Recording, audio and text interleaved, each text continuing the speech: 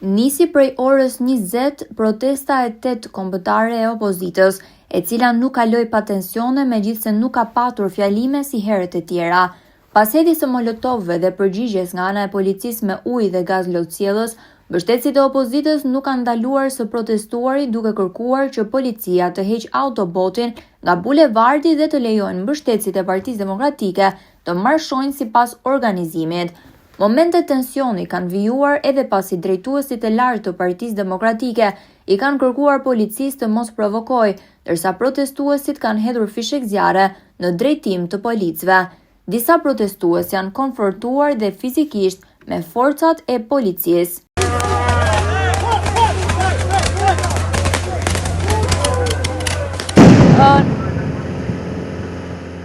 Blokoni protestën. Po pse blokoni rrugën? Pse provokoni? Pse provokoni? A keni ligj ju as zbatoni dhe Murat Paliçën? Shkoni arrestoni Belinda Ballukun, Edi Rama dhe që kanë vjedhur shqiptarët. Jo qytetarë që protestojnë kundër korrupsionit.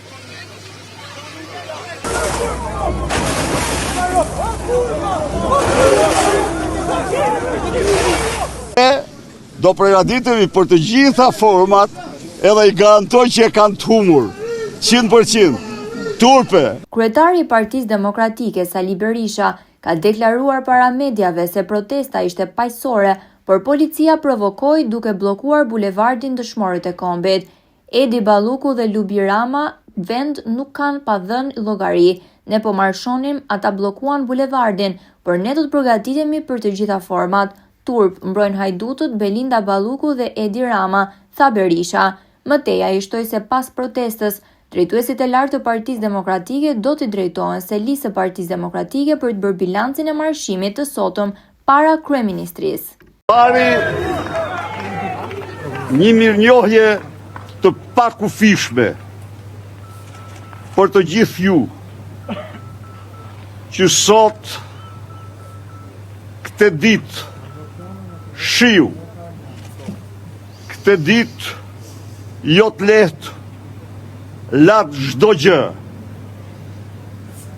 dhe si elit e vërtet e guximit të kombit dolet në shesh për të përballë me të keqen më të madhe të shqiptarëve, për të përballë me regjimin, narkoregjimin Edi Rams, Lubi Ballukut dhe lindave të tij. Sot regjimi dëshmoj ftyrën e tij, përsëri ftyrën e tij të vërtet. Bllokoi marshimin paqësor ton. Bllokoi marshimin ton paqësor. E garantoj se do ketë të gjithë përgjegjësitë që meriton. Miq, nuk ka polici në botë që mund një popull kryegritës ta harrojnë kur. Dhe ne jemi në këtë betejë me moton e hershme të shqiptarëve. Ja të vdesim, ja të rrojmë për liri. Asgjë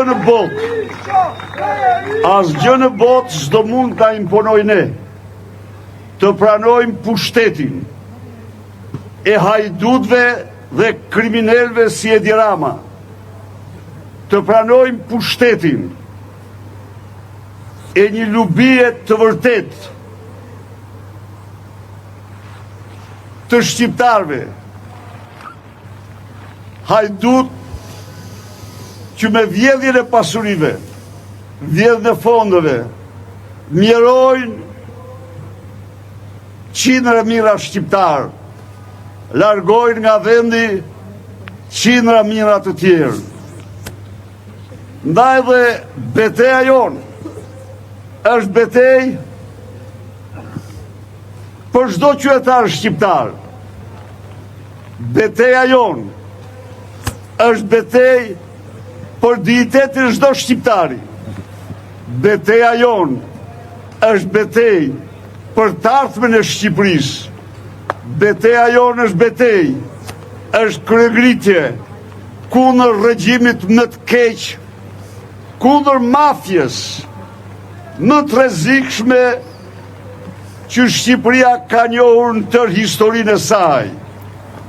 Asgjë nuk do mund të na mposh ne pa nisur në burg Lubi Ballukun, atje ku e ka vendin kjo hajdute pa ftyrë, që si të përftyrë ka vjedhjen dhe cinizmin, pa larguar nga pushteti dhe dërguar para ligjit, kriminelin Edi Rama, që i ka dhënë pushtetit të sotshëm, moralin e etërve të tij xhelat, por ne jemi në këmbë dhe njëherë kam një mirënjohje të pakufishme.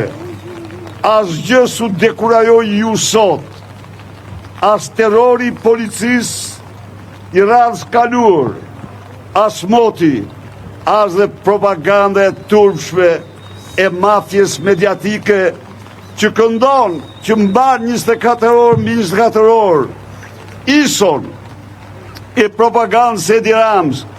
Ndërkohë, policia e Tiranës ka njoftuar se ka nisur procedimin penal ndaj 7 shtetasve pas përfundimit të tubimit të organizuar nga Partia Demokratike në bulevardin Dëshmorët e Kombit. Sipas njoftimit zyrtar, gjatë tubimit protestuesit kanë hedhur lëng djegëse, lëndë piroteknike dhe kanë kundërshtuar me sende të forta punojësit e policisë. Si pasojë përplasjeve, 3 efektiv policie janë lënduar. Policia bën me dije se 6 persona janë ngritur një procedim për vepra penale kundër shtimi punojësit të rendit publik, goditja për shkak të detyrës e prishja e rendit dhe qetësisë publike. Ndërkohë, deputeti Klevis Balliu po procedohet për veprën penale, organizimi dhe pjesëmarrja në grumbullime dhe manifestime të palishme.